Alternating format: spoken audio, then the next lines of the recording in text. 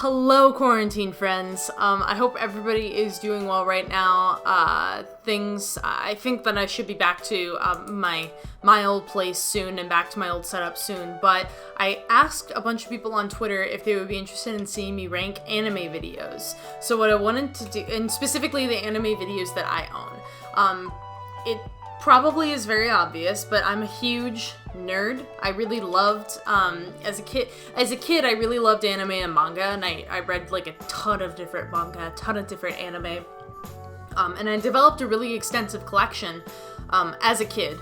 I was actually the president of the anime club, when I was in high school, so like, definitely a nerd. I recently lost interest with anime over the years because of like fan service and like jokes about boobs. There were entire years, guys, where anime was literally just jokes about boobs. There was no other plot. There was nothing. Also, like the harem animes where like I'm reminded of Rosario plus Vampire, where it's just like, I'm just this average boy that has no really redeeming qualities whatsoever. He wasn't even nice because he was I won't even get into that. But like all these hot women surround him, and I was just like, you know, anime does require suspension of disbelief and magical things, but this is a little bit too much for me. So I distanced myself from that for some time, but I still kept and held on to my collection because, I mean, like, I've spent so much money on anime and manga that I'm like, I'm never gonna get rid of it. So I wanted to go through the anime that I own today, rank them, and talk about my personal experiences watching them or what things that I remember. Some of these I have not legitimately watched in years, so forgive me if I get some details wrong, or if like some of my comments about it seem like a little bit off or not line up with the anime. I'm just trying to make like a fun video here.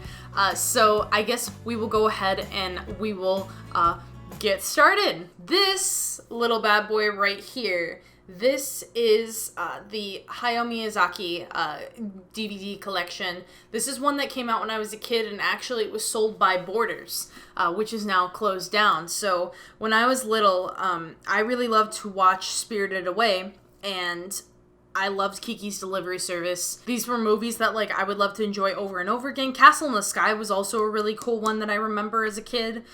So these were movies that I really wanted to enjoy over and over and over again.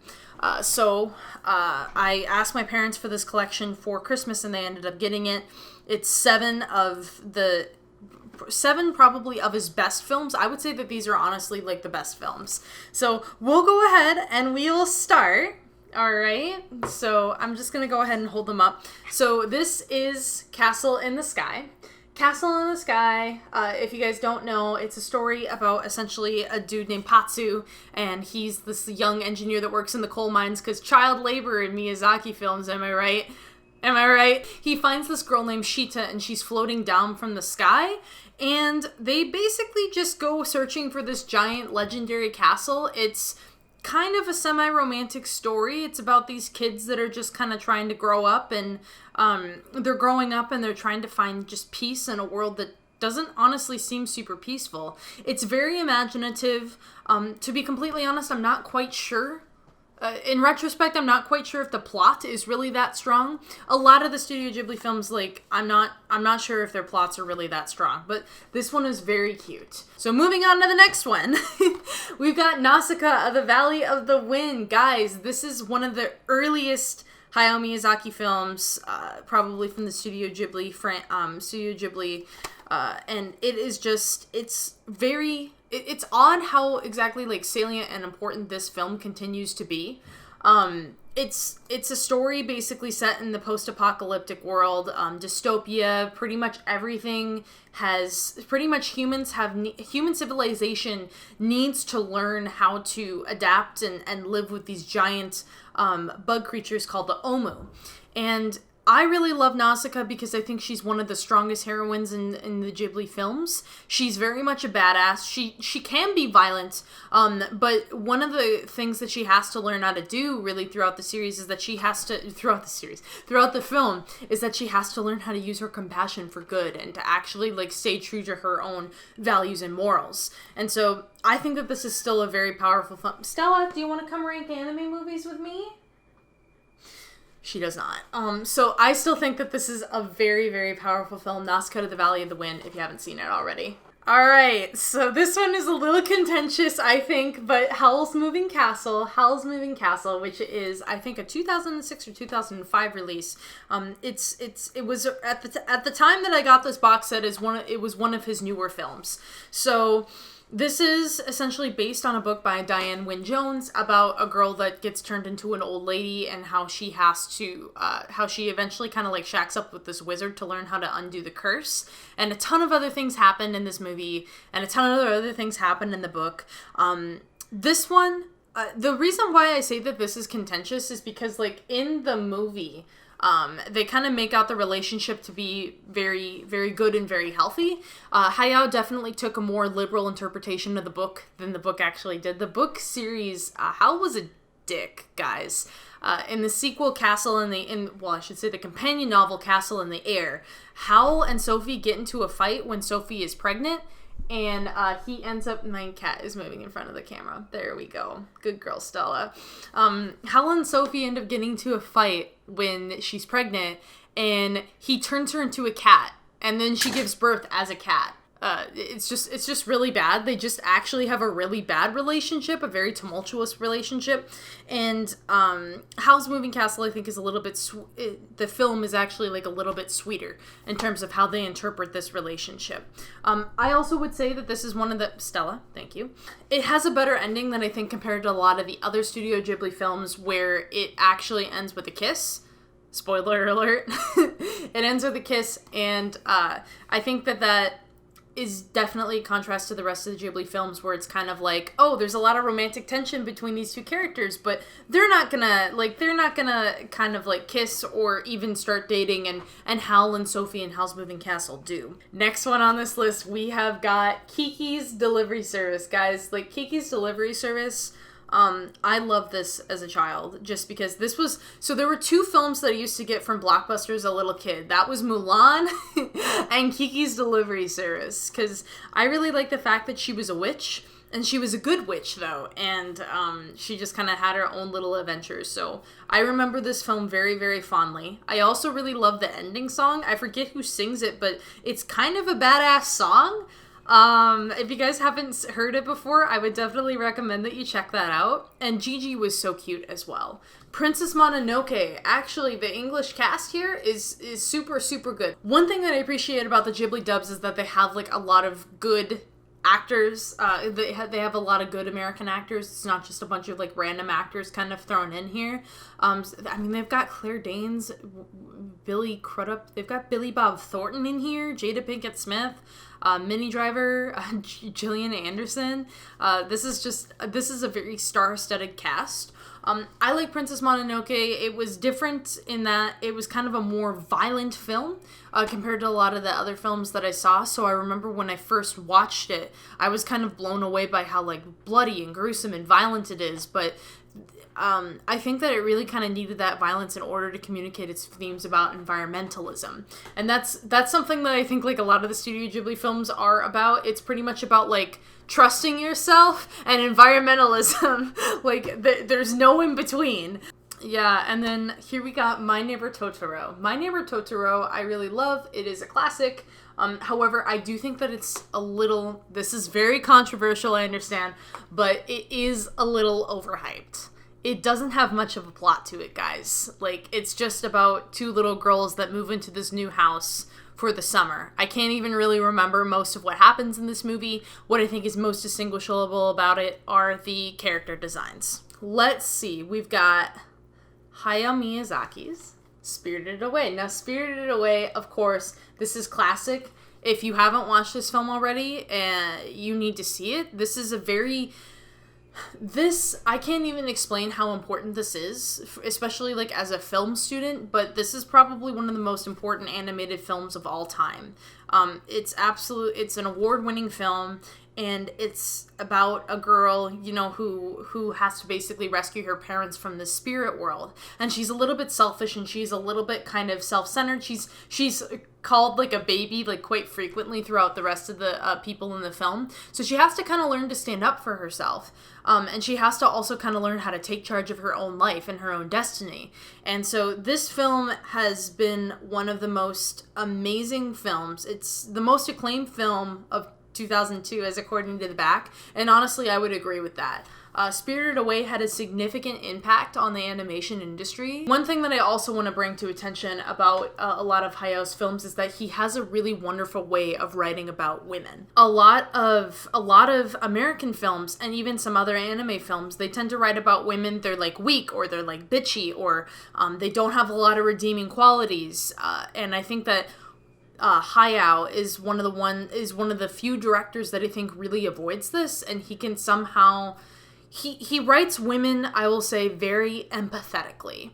He considers a lot of the bad traits and he considers a lot of the good traits. And when I was a little kid growing up, like, I didn't see anybody who was really bratty that was in film, like bratty little girls in film, aside from maybe like Lilo and Lilo and Stitch. And Lilo and Stitch, I remember not being regarded that great, or Lilo as a character was not regarded that great when I was coming out. But when you look at Hayao's films, like, even when the female characters are kind of being bratty and like they have these bad qualities to them, you know, they're slobbish, they're violent, they're crude, they still have a way of connecting with their audience, and you really feel connected to the character as well. They're very relatable. So I will always appreciate Hayao for that. Sorry. This is going to be a long video, by the way, in case you haven't noticed. This is probably going to be one of my longest videos that I've ever done on this channel. I really hope it's not an hour long. Okay, next film we've got The Wind Rises. Now, The Wind Rises I've only seen a couple of times, but it's a very beautiful historical film. One thing that I also like about Studio Ghibli films, especially the ones that are actually grounded in history, such as this one, is that they have a really great way of kind of bringing you another perspective that you never considered before. So definitely check that one out if you haven't already. Alright, now I've actually got a series here, guys. Alrighty. Okay, so I don't know if you guys remember this one, but this is School Rumble. School Rumble, very classic.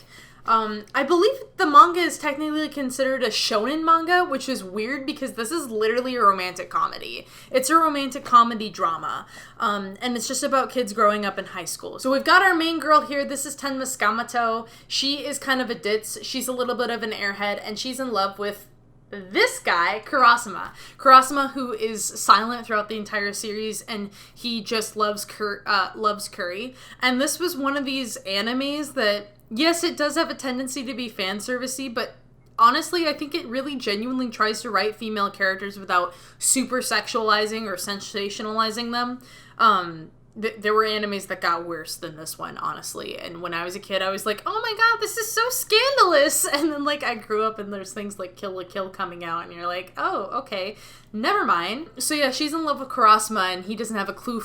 He does not have any kind of feelings for her whatsoever. Well, he's not returning them. He doesn't seem to really acknowledge her existence or her presence. So she kind of has to grow up a little bit. She kind of has to come into her own. And then we've got Kenji here. Kenji, Hayama,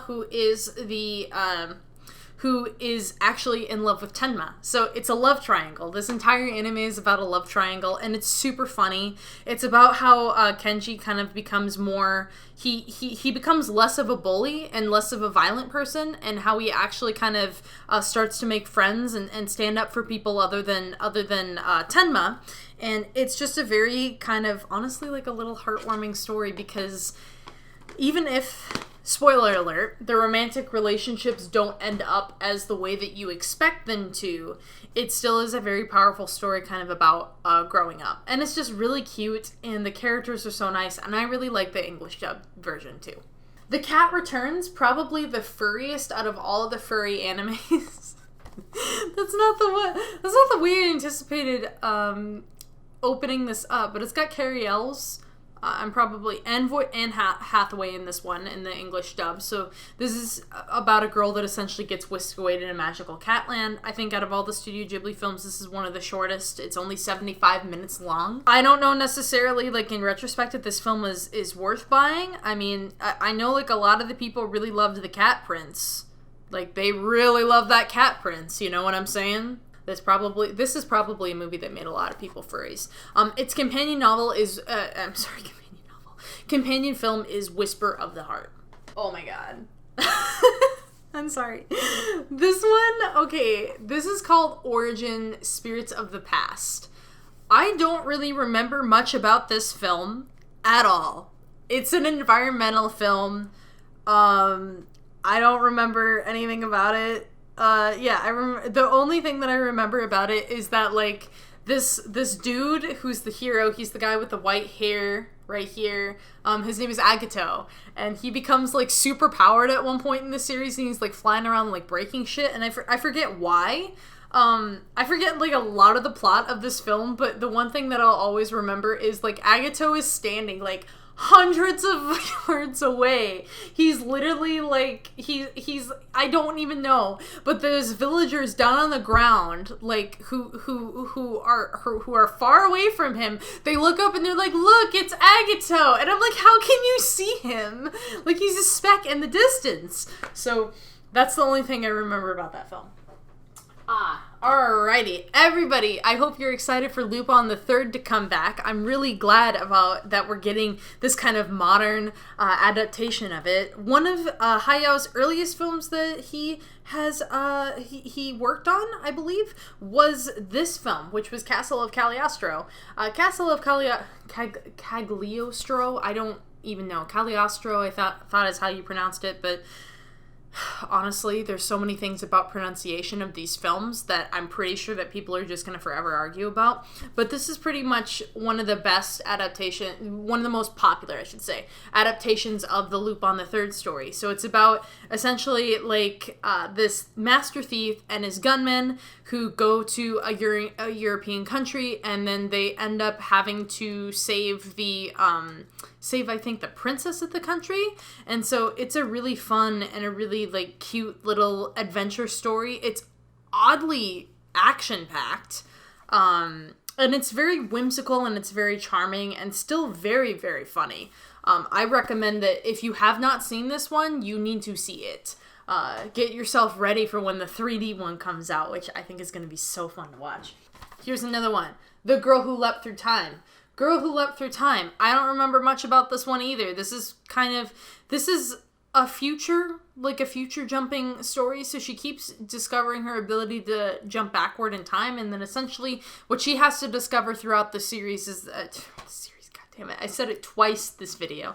So what she has to discover is she has to figure out how she can eventually prioritize things and actually care about things that matter, because she kind of lives her life day to day. And when she discovers this ability, she kind of has to learn exactly how to control her powers. And then she also has to kind of figure out, like, if it's actually worth it to really use her powers. One thing that I remember about this movie, which was really funny, is that she kept saying... This one guy is trying to confess his feelings to her, and she keeps saying, let's talk about my little sister. Isn't she stupid? And, like, every time that he wants to talk to her about his feelings, she just shuts him down completely. There's interesting twists and turns in this movie. It is a little bit strangely written, but it is an action-packed narrative. So I think it's worth a watch. This is probably the biggest lesbian letdown of all time. This was when Marnie was here. So this is a story. It's a pretty good film, but it's a story about a girl who ends up getting she's being fostered by an older couple, and she meets this girl named Marnie, and she ends up having to go back to, like, this March house over and over again. It's kind of a journey of self-discovery, and this girl named Marnie, like, guys, I don't even want to give away the twist here, but it's somewhat disappointing. Like, it's one of those things where you're like, oh, that's sweet, and then you're kind of sitting there at the end of the movie and you're, like, a little bit frustrated, but it's still worth a watch. Ponyo, I think, is good. It is a little bit an awkward film in terms of some of the things that it talks about and some of the themes that it kind of tries to address. I don't think that it like is as impactful, perhaps a story like a boy-girl kind of romantic sort of story as is Castle in the Sky. So that is definitely, it's still a very beautiful film. I mean, some of the sequences with all the fish underwater, particularly when Ponyo's father is underwater, a lot of things from this film also became memes. And it actually does have a very good voice cast. I mean, Betty White's in here, Matt Damon, Tina Fey, what the hell? And then like Frankie Jonas, who's like the Jonas brother that you can never remember. I'm sorry guys, but Secret World of Arrietty. This is an adaptation of a book called The Borrowers, and this is probably one of my least favorite Studio Ghibli films. It is just really not that. It's not that the world building is bad, but I think that the plot isn't really there in comparison to like a lot of other Studio Ghibli films. I can't even really remember what happens in this one. I kind of remember the boy being a little bit of a pain in the ass, and then I remember them not doing much of anything at all whatsoever. That's all I got, guys. I'm sorry. It's probably not going to rank very high, but I think that that is honestly a popular opinion with The Secret World of Arrietty, is that it's just not that good of a film. Everybody was really looking forward to it because we wanted to see how Studio Ghibli really was going to put out like this tiny world and this reinterpretation of The Borrowers, but for fans of the book, they didn't like it, of course. And then, yeah, just some plot issues here and there that I think just weren't gonna be resolved. Okay, alrighty, this is a newer one that I got. This is A Silent Voice. You can get this one, I think, for free right now on Netflix, if I recall correctly. This is about a boy who bullied a deaf girl, and how he eventually, he became alienated from the rest of his friends, and so he becomes super depressed. But then he runs into her again, and then it's kind of a story about how he sort of redeems himself, but then also how he stands up for her. This is honestly a really well-written film. It's very emotional. It's very dark, though. Like, don't let all the cute little shoujo manga characters, like, put you off. This film is very dark. Definitely watch it when you're in a more positive state of mind. I wouldn't recommend watching it during a pandemic because it's very sad.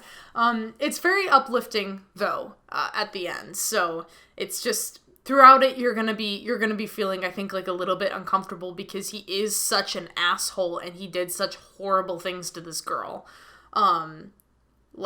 Yeah. And it's really a journey of redemption and kind of self-discovery as well. So I'm just gonna put them all on my lap here. This is gonna be a little awkward. Hopefully they don't fall over. Oh my god. Okay. No. No. This is Ocean Waves, guys. Ocean Waves was recently released in the United States, I think just a couple years back. It looks like in 2017, Universal Studios might have gotten the distribution rights to it. That's just from what I'm reading from the back here. This movie pisses me off. Like, I have nothing bad to say about the art style, but I think it's kind of it's a weird story about changing relationships between friends and a female character who honestly isn't that redeemable. She's not very likable. She's kind of an asshole. I don't really like this movie. I'm sorry. I don't like it.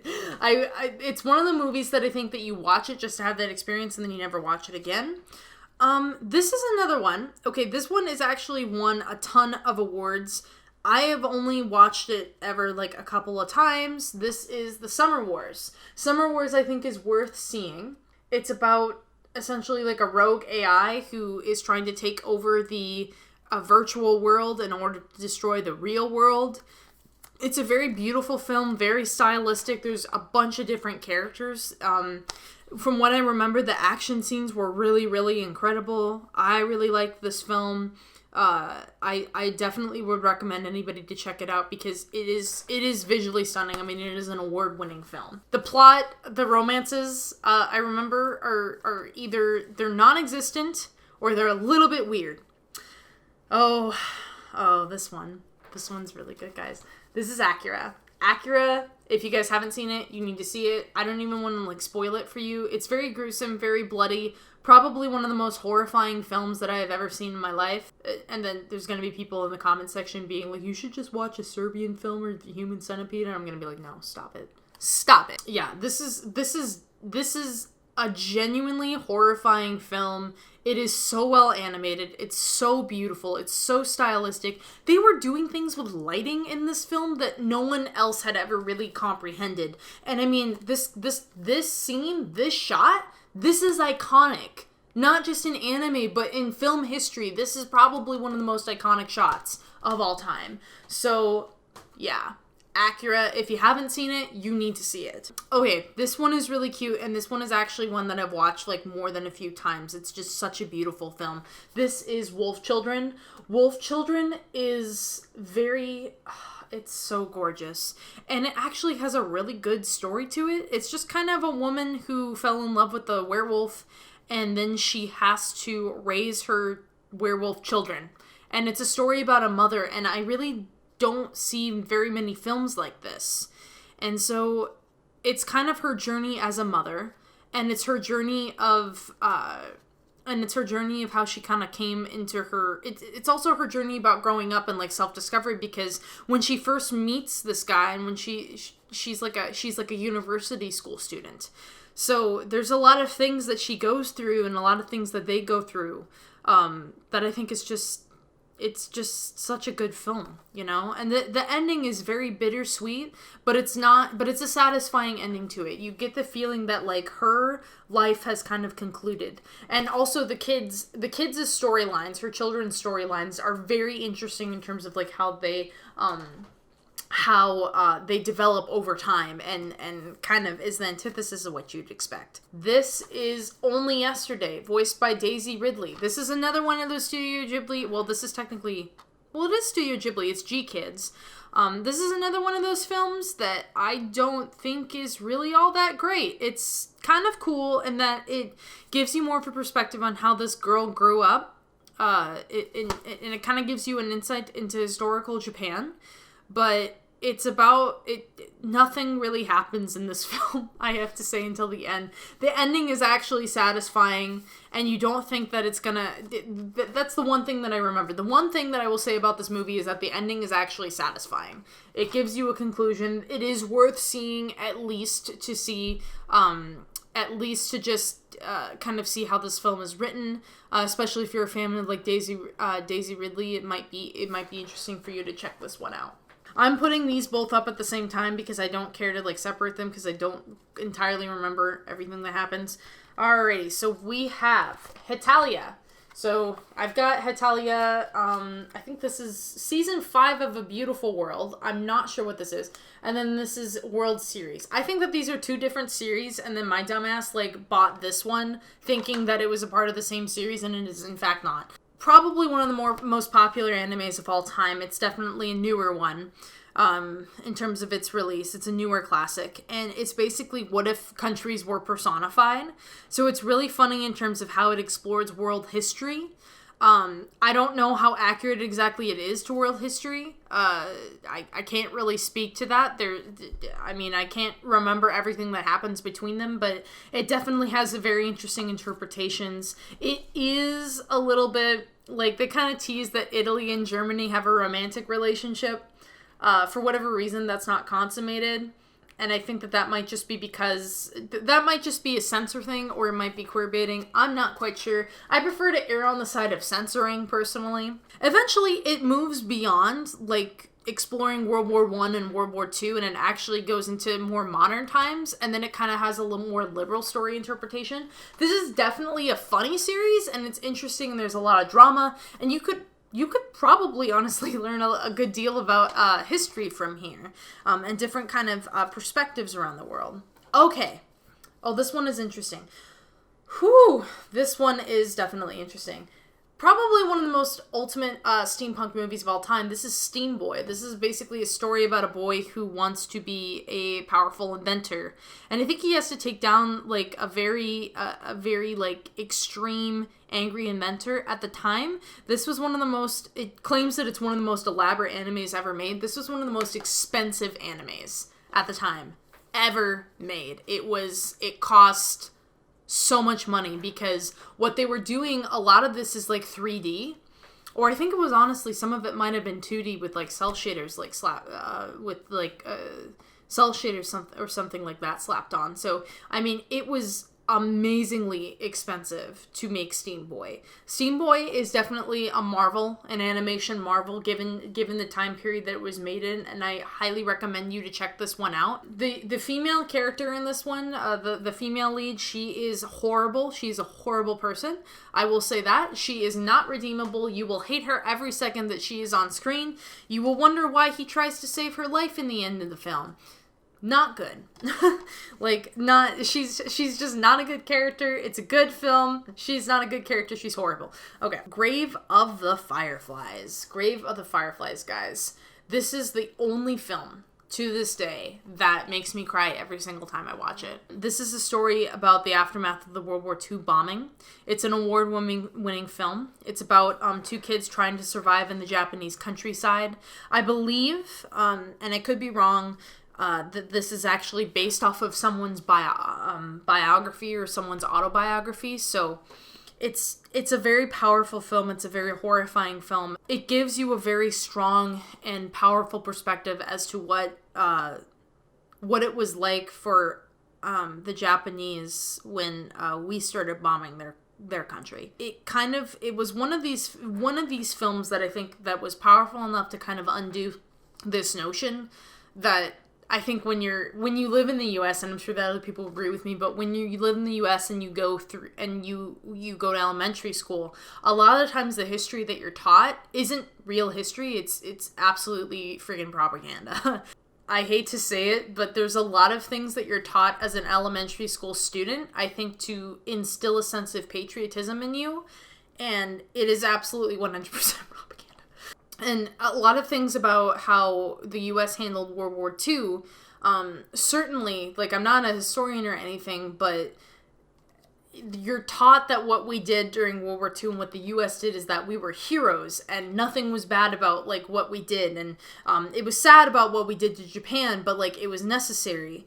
And, you know, I can't speak to that, if it was truly necessary or not, but I can speak to how horrifying the after effects are. I think it's easy, especially for us especially for U.S. citizens when we think about like Pearl Harbor and things like that we just want to justify our own destruction and our own forms of violence.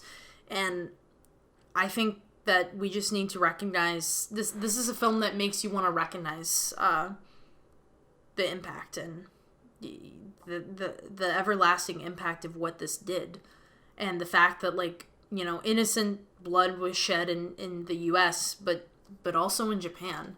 These two little kids that are in this film, like, they're just kids that are growing up in the countryside, and they're fairly innocent throughout all of this. Certainly the protagonist of the film, he makes very troubling decisions, but he's not a horrible person. And yeah, it's a very emotionally conflicting film. Definitely don't watch it right now during the pandemic. Visit it when you can. It's extremely sad. Probably one of the saddest movies of all time. Also one of my favorite by Isao Takahata. Okay, this one is a fun one. This is from Up on Poppy Hill. This is a newer one. From Up on Poppy Hill, I can't exactly remember too much about what is happening here. This is the 1960s, and yeah, this is when Japan is going to be hosting the Olympics. And so it is about two friends who are in high school, and some weird secret kind of emerges between the two of them. It's a very cutesy kind of film, but it also, again, examines sort of Japan's past and talks a lot about World War II. So definitely worth it for the historical perspective. Pom Poko, owned by Isao Takahata. Like, a lot of people like to make fun of these films because of the the pouches that the tanuki have here, they're tanuki, I'm pretty sure. They're not actual raccoons. Like, they're called raccoons because we don't have tanuki, I think, in the United States. So I think when they were translating it, they were like, we'll just call them raccoons. So yeah, this is another kind of one of those emotionally devastating films. Certainly has its cute moments. It has its funny moments. It's definitely beautifully animated, but it's also sad because it really talks about, like, this is one of those films that honestly, like, I think kind of makes me cry a little bit, like, the older that I get, because you think about the environmental impact that humans have had when we've been expanding our territory. Yeah, how we've hurt wildlife populations. And I think that this is one of those films that really sort of explores that kind of advancement of civilization and how we've destroyed, like, a lot of things that I think are beautiful, and kind of about how awful that is. Hello, Stella. My cat's back. She's upset that I'm talking about Pom Poko. But yeah, Pom Poko, definitely worth a watch. Okay. Your Name. I'm not going to say too much about this one because this is one that probably a lot of people know right now.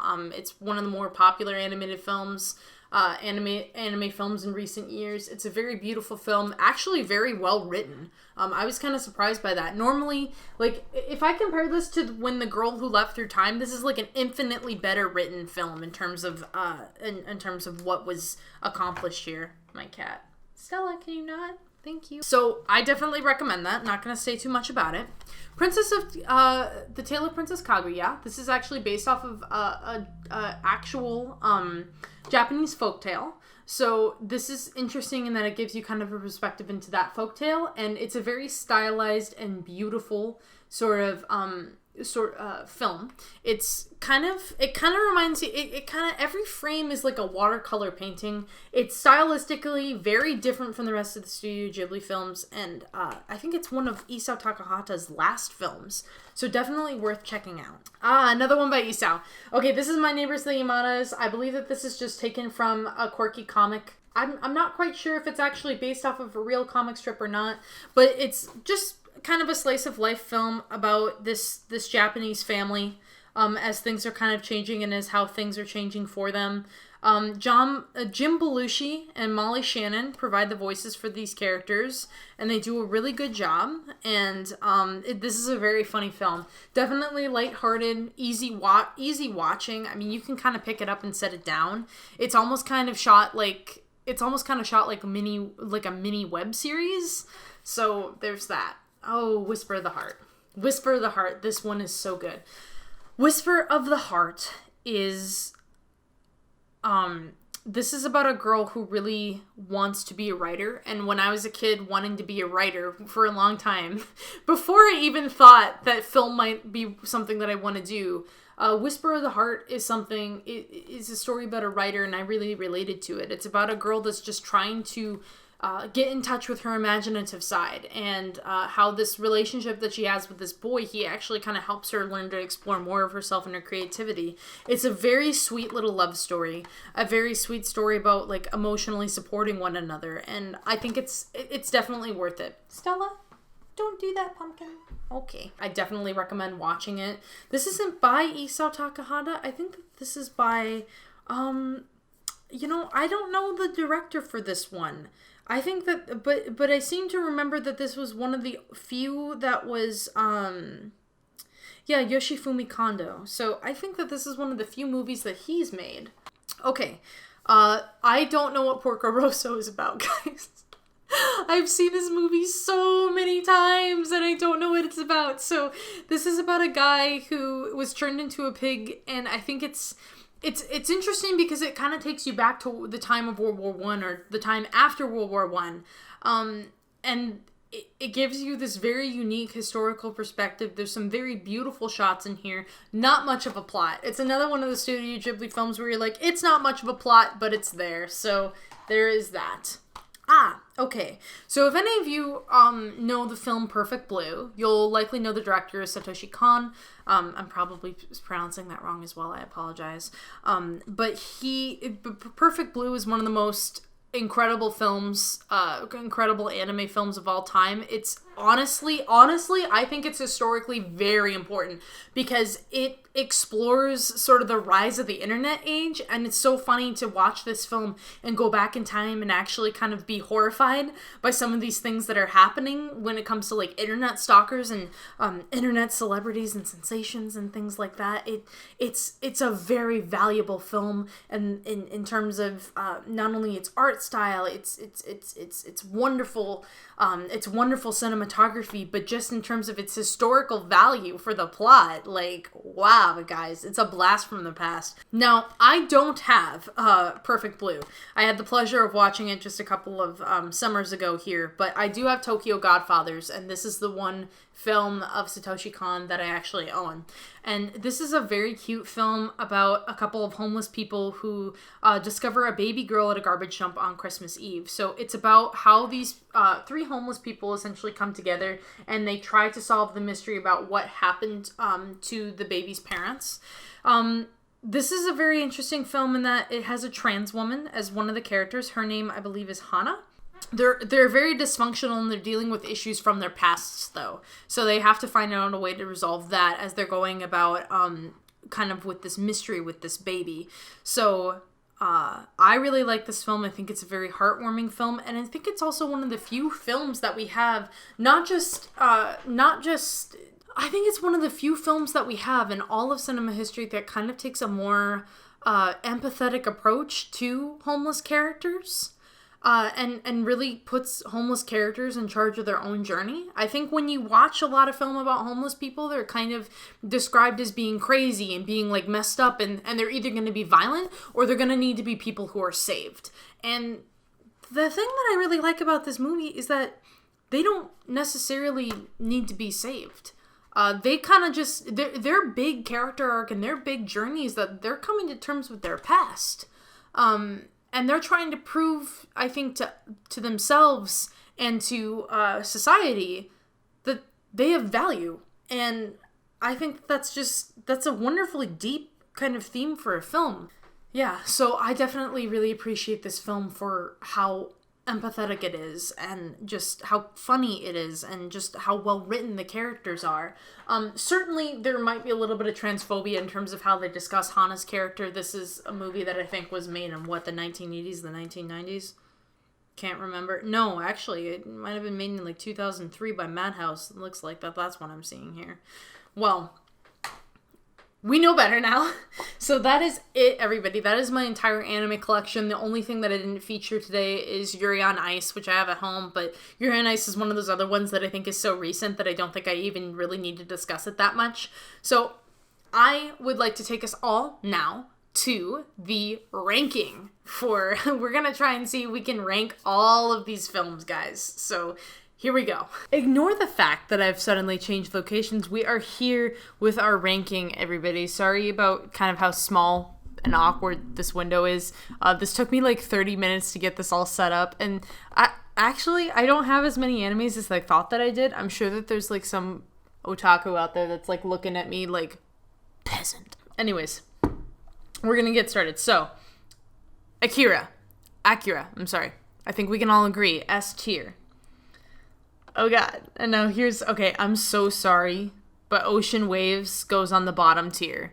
You can fight me if you want, but it goes on the bottom tier. It's terrible. It's genuinely a bad film. Hetalia, I think, is pretty good, pretty popular, but personally, I think it's kind of a B, because I think it's kind of like waned in terms of its influence on popular culture. I think it was very 2010s and like late 2000s, early 2010s, and that was its time. But I don't think it's had like a very like lasting impact, if that makes sense, in comparison to some of these other films and series. Now, Princess Mononoke, I think, is a masterpiece. No. Princess Mononoke is a masterpiece, and so I'm going to put that on the S tier. I am also going to put, of course, Spirited Away on the S tier as well. Only Yesterday, I think, is actually going to be a C tier film. So we will do Only Yesterday there. And then, let's see, Yuri on Ice. Yuri on Ice same thing. I have yet to see if it's going to be... I think we have yet to see if Yuri on Ice is going to have a cultural impact on anime. And I know, like, guys, I love the characters. I love the writing. The soundtrack is banging. I mean, it's so good. But in terms of animation, like, if you slow down and you, like, watch the film, like, frame by frame, you'll know that it's not, like... It's not the best. It's not awful, but it's not the best. So I think it's a fair B tier film. My Neighbors the Yamadas, I think, is C tier. It's very cute. It's an enjoyable watch, but it doesn't have that big of an impact. Origin, Spirit of the Past, same thing, C tier as well. School Rumble, I actually would rank this one a little bit higher because I think it did have a little bit more of an impact on things. For Your Name, I'm not going to put it on S tier yet because I don't think it is quite S tier level. Actually, no, that's a lie. It is very much S tier level. It's very iconic. It's even if you're not into anime, you've heard about it, and it actually lives up to itself. It's actually good. So I will leave it there. Now, Nausicaa, I think I'm going to put on the A level. Same with Pompoko. Ponyo, you guys can fight me, but Ponyo is not that great. Nice. Porco Rosso, another one of those that I'm like, eh. Princess Kaguya, simply for its style, is going to go up to a B level. The Cat Returns, I'm putting it on the C tier. I'm sorry, the C tier is going to get really, really full. A tier, Summer Wars. A tier, Tokyo Godfathers goes on S tier. Whisper of the Heart, y'all can fight me if you think that it's not that great, but I personally love it. I think it's very relevant. Castle of Cagliostro, this is probably one of the most iconic Lupin the Third films, so it goes up here. You can't see the image because her head is chopped off, but The Girl Who Leapt Through Time goes there. Marnie. Oh, Marnie, I'm so sorry. You're on the C tier. I love how, like, I literally hate Ocean Waves. Ocean Waves. Oh, Arrietty, there you go. You can join Ocean Waves. Grave of the Fireflies, I'm actually going to put on S tier. I think it is one of the best historical films. From Up on Poppy Hill isn't terrible. And it's not like... It's enjoyable. Like, I can go back to it and rewatch it, and it's funny. It's actually a really good film to watch with friends. I remember bringing my friends over to watch it, and we were laughing at all the jokes. A Silent Voice, I was really impressed with this film. I'm going to put it here. Wolf Children, I think, is actually an S-tier film. I love how, like, I think these films are mostly, like, I'm like, there's 2 films on here that are trash, and everything else, I'm like, it's great. The Wind Rises, I think, gets to be a B-tier film. I don't remember it too much. Castle in the Sky, I think you're also going to be B-tier film. Kiki's pretty iconic, but it's not the best. So it can go up there. Howl's Moving Castle, I'm super sorry, guys, but it isn't the best either. And then Steam Boy, I actually think is more... it could go either way. I think it could be either B or C, but there you guys have it. This is my ranking. So there we go. A lot of S tier, a lot of A, a lot in B and C, and then just 2 that I absolutely think are bad. So I know that this is a little bit unorthodox considering what kind of content... Oh my god, is that my hair? Ignore it. Ignore my hair. Okay, considering what kind of content I normally put on this channel, but I hope that this was fun, and I got to show you how much of a friggin' weeb I am. Or at least I used to be. Like I said, I don't watch anime that much anymore. But these were some of my favorites, and I was really happy to be able to sit down and revisit them, or rather not remember what exactly happened. So yeah, I really hope that you guys enjoyed this video. If you did, please leave a like. It really does help the channel out. Be sure to share this video with your friends if you enjoyed it, and then also consider subscribing to the channel. When you subscribe, be sure to hit the notifications bell so that you get updates from me when I post future episodes. And without further ado, thank you all so much. Bye!